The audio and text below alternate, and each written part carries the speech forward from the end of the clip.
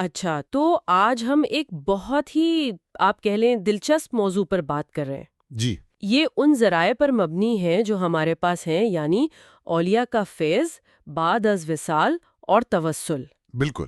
مقصد یہ سمجھنا ہے کہ اللہ کے جو نیک بندے ہیں، اولیاء اللہ، کیا ان کے دنیا سے جانے کے بعد ان کا کوئی روحانی اثر یعنی فیض باقی رہتا ہے؟ جی ہاں، اور دوسرا سوال بھی اسی سے جڑا ہے۔ ہاں، کہ کیا ان کے وسیلے سے دعا کی جا سکتی ہے؟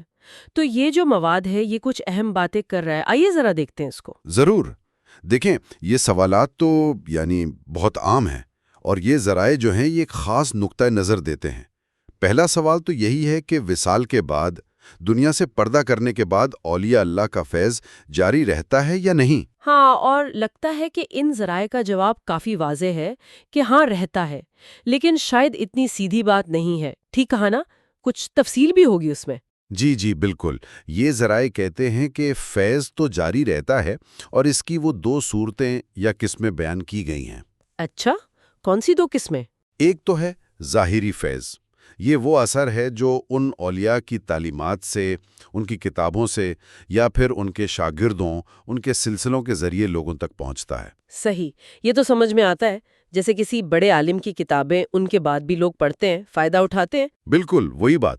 لیکن دوسری قسم، اسے یہ ذرائع باطنی فیض کہتے ہیں۔ باطنی فیض؟ جی، یہ وہ روحانی اثر یا برکت ہے جو ان بزرگوں پر اللہ کی خاص عنایت کی وجہ سے تھی، اور یہ ان ذرائع کے مطابق ان کے وصال کے بعد بھی جاری رہتی ہے۔ اچھا۔ مگر یہاں ایک اہم نقطہ ہے۔ یہ ذرائع یہ کہتے ہیں کہ یہ فیض ہر کسی کو ہر طریقے سے نہیں ملتا۔ اچھا، تو پھر یہ کیسے حاصل ہوتا ہے؟ یہ تو دلچسپ بات ہے کہ ذریعہ اس میں فرق کر رہا ہے۔ جی ہاں بالکل۔ یہ ذرائع زور دے رہے ہیں کہ یہ جو باطنی فیض ہے، اسے پانے کے کچھ خاص طریقے ہیں، اور وہ طریقے وہ اہل علم اور خواص، یعنی جو جاننے والے ہیں، خاص لوگ ہیں، وہی سمجھتے ہیں۔ یعنی عام لوگوں کے لیے نہیں؟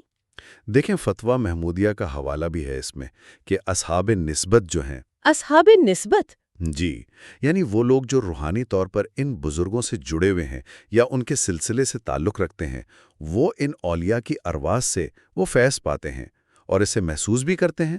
تو یہ ایک خاص قسم کے روحانی تعلق کی بات ہو رہی ہے۔ تو گویا اصل بات یہ نہیں کہ فیض ہے یا نہیں، بلکہ یہ کہ ان ذرائع کے مطابق اسے حاصل کرنے کا طریقہ کیا ہے۔ یہ اصحاب نسبت والی بات سے تو لگتا ہے کہ یہ کوئی عام راستہ نہیں، بلکہ خاص روحانی صلاحیت یا تعلق چاہیے۔ آپ نے بالکل ٹھیک پکڑا۔ اصل نقطہ یہی ہے، اور اسی وجہ سے آپ دیکھیں یہ ذرائع ان طریقوں سے منع کرتے ہیں جو عوام میں رائج ہو گئے ہیں۔ کون سے طریقے؟ خاص طور پر قبروں پر جا کر سیدھا سیدھا مرادیں مانگنا۔ ذرائع میں تو اس کے لیے بہت سخت الفاظ استعمال ہوئے ہیں، اسے مشرکانہ طریقہ تک کہا گیا ہے۔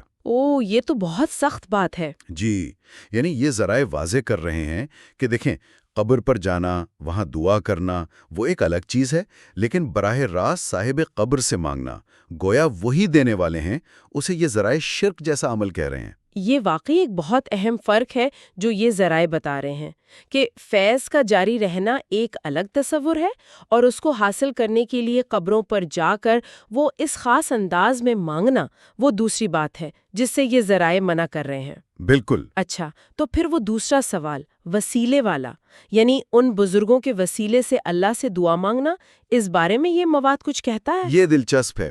یہ متن جو ہے یہ زیادہ تر فیض کے جاری رہنے پر ہی بات کرتا ہے۔ یہ واضح طور پہ یہ نہیں بتاتا کہ وصال کے بعد انبیاء، صدیقین، شہداء یا اولیاء کے وسیلے سے دعا مانگنے کا صحیح طریقہ کیا ہے، یا اس کی اجازت کن شرائط کے ساتھ ہے۔ کہ وسیلے کا تصور اگر درست ہو بھی تو اس کا طریقہ شاید وہ نہیں جو عوام میں عام ہے۔ صحیح۔ یہ ذرائع روحانی تعلق اور فیض کے امکان کو تو مان رہے ہیں، مگر اس کے حصول کے لیے وہ علمی اور خاص راستوں کی طرف اشارہ کر رہے ہیں، نہ کہ عوامی رسومات کی طرف۔ تو خلاصہ اگر کریں تو یہ جو مواد ہمارے پاس ہے، یہ اس بات کی تو تصدیق کرتا ہے کہ اولیاء اللہ کا فیض، خاص طور پر باطنی فیض، ان کے وصال کے بعد بھی جاری رہتا ہے، جسے اصحاب نسبت محسوس کر سکتے ہیں۔ جی بالکل۔ لیکن ساتھ ہی یہ قبروں پر جو عام طریقے رائج ہیں، خاص طور پر براہ راست مانگنے کا طریقہ، اس پر سخت تنقید کرتا ہے، اسے غلط کہتا ہے۔ بالکل صحیح۔ اور یہیں سے دیکھیں ایک اہم سوال اٹھتا ہے جس پر سوچا جا سکتا ہے، وہ کیا؟ وہ یہ کہ اگر روحانی فیض جاری ہے اور خاص لوگ اسے حاصل بھی کر سکتے ہیں، لیکن قبروں پر عوام میں جو طریقے رائج ہیں وہ ٹھیک نہیں ہیں، تو پھر علمی روایات اور شریعت کی روشنی میں وہ کون سے مناسب، قابل قبول طریقے ہیں جن سے عام مومنین بھی اولیاء اللہ کے وصال کے بعد ان کی روحانی میراث سے، ان کے مقام سے کوئی جائز فائدہ اٹھا سکیں؟ یہ وہ سوال ہے جو یہ ذرائع ہمارے سوچنے کے لیے چھوڑ جاتے ہیں۔ واقعی یہ گہرا سوال ہے، اور اس پر